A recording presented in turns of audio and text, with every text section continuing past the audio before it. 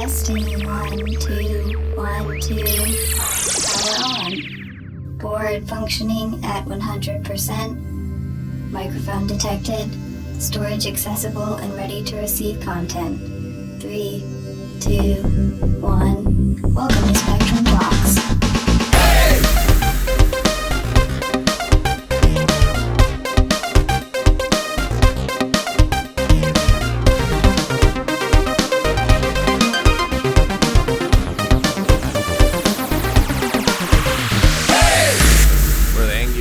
More frustration because certain tasks couldn't be accomplished, or well, it wasn't even the task, it was more of a social thing because I got angry at so many people. Okay. I'm talking so many people that But was it because they were making fun of you? It was because they were making fun of me. Okay.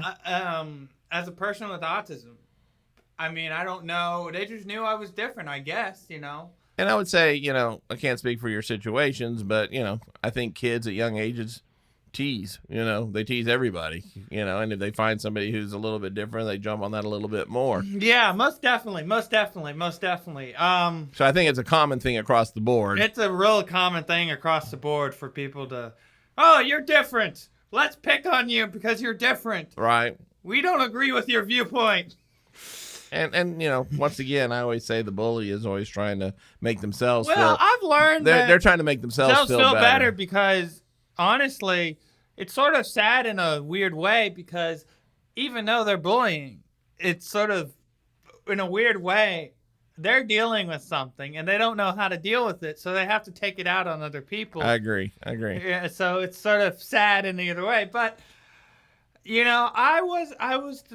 there have been times, I'm not going to sit here and be all like, oh, I was the victim. Right. I've done my fair share of, bullying myself, back then. I was a very different person, like I said. And once again, I think that's just all stages of growing up. We find our pecking order. We have to learn how to, peck and how to be pecked on, and from there you learn who you are, I was a bully for a while and then realized that's not kind of cool. I don't want to be the bully, And then I'd been the victim a couple times. I'm like, well, I don't want to be the victim either. So where does that put me?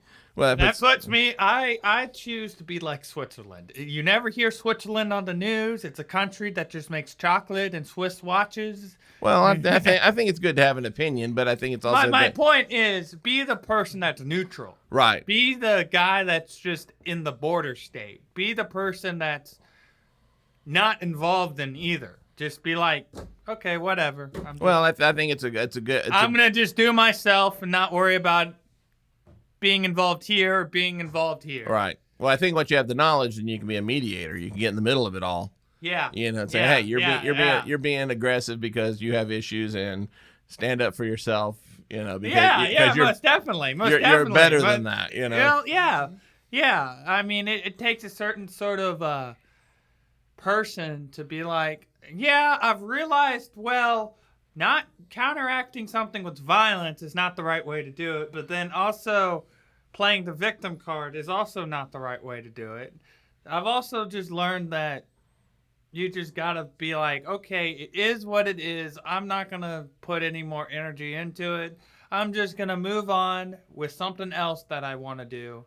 And just forget about it. And I think that's good. That's good words of wisdom. Well, it's true because you could run away from something all your life and just realize, wow, me running away from the situation, it only comes back to haunt you. It only comes back to bite you in the ass when you least expect it. Well, when you're running, then the other person's winning.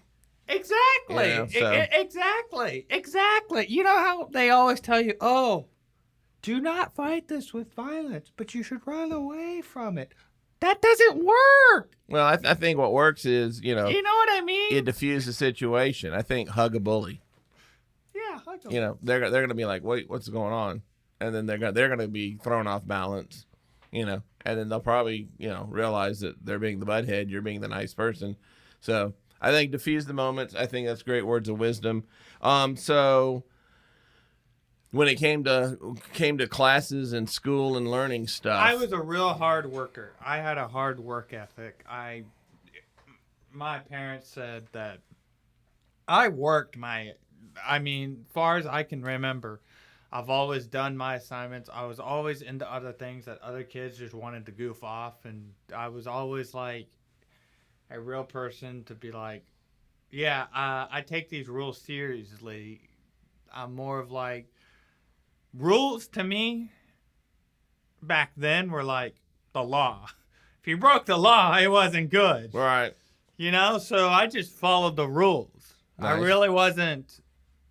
I mean, yeah, I've done my fair share of stupid stuff, but everybody does. But I'm just like, when it came to rules and learning and doing your best to complete them, I did them. Okay. I did it the best I could. Okay. Yeah. So, I know with autism, sometimes the ability to be hyper focused on something. Oh, where, yeah. Where you Most know, definitely. you know, Most definitely. did you ever have a little bit of that, you know? I would say, yeah, there have been points where I've definitely been hyper-focused on certain subjects where I just couldn't get my mind off of it. It's like that's all I could think about. But I've realized there's a technique to dealing with this. Okay, I'm going to use an analogy. So imagine your thought right now as a train. You can either choose to board that train and let it continually, or you can choose to ignore the train and just let it pass by and run its course. Or you could jump on the train and ride it for a while and then jump off. That's not that's not an option. Why not? Because since I have OCD, Right. there's no way of fixing my obsessive compulsive thoughts. Okay? Right. So if you get on the train, you're on the train. If I get on the train, I'm on the train. Okay. So I just ignore the train. Okay. I just let it pass by. I just sit and read my imaginary newspaper as the train just. Okay. Those are good analogies. Well, so that really helps me. That's how I've dealt with my OCD. I've just it's a train. Right. I'm not going to get on it. I don't Right. want to get on it. Very cool. Okay. Well, I'm trying to keep these a lot shorter, so I think we've got some pearls of wisdom from you. I'm sure we'll have you back in at another date. We'll talk about more of this, but thank you. And yeah, thank you for having me. Absolutely. Everybody have a great day. Okay. Sounds good.